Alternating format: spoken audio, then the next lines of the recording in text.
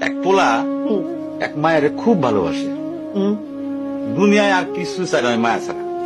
আচ্ছা, কিন্তু মায়া পোলাডারে পছন্দ করে না। ওহো, অনেক চেষ্টার পর মায়া সে পোলাডারে কইল যে ঠিক আছে, হ্যাঁ, আমি তোমারে ভালোবাসতে পারি, হ্যাঁ। আমার একটা জিনিস এনে দিতে হবে। কি রে?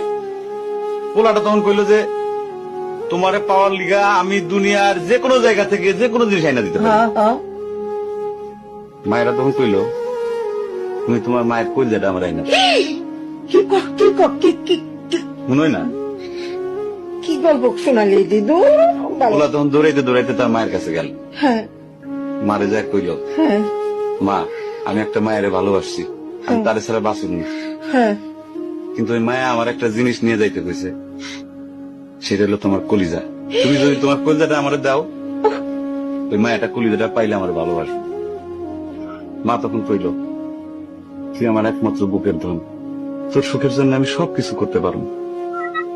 পরে মা বুকটা ফাইরা কলিজাটা বাইর করে পোলার হাতে দিল। আরে মা, পোলাটা কলিজাটা হাতে পাইয়া যে কি খুশি, মা দৌড়াইতেছে দৌড়াইতেছে দৌড়াইতেছে, দৌড়াইতে দৌড়াইতে হঠাৎ রাস্তার মধ্যে উষ্টা খাইয়া পড়ে গেছে। হাতের কলিজাটা হাতের থেকে ছুটে রাস্তার মধ্যে পড়ছে। তখন মায়ের কলিজাটা কইতেছে ব্যথা পাইছো বাজান?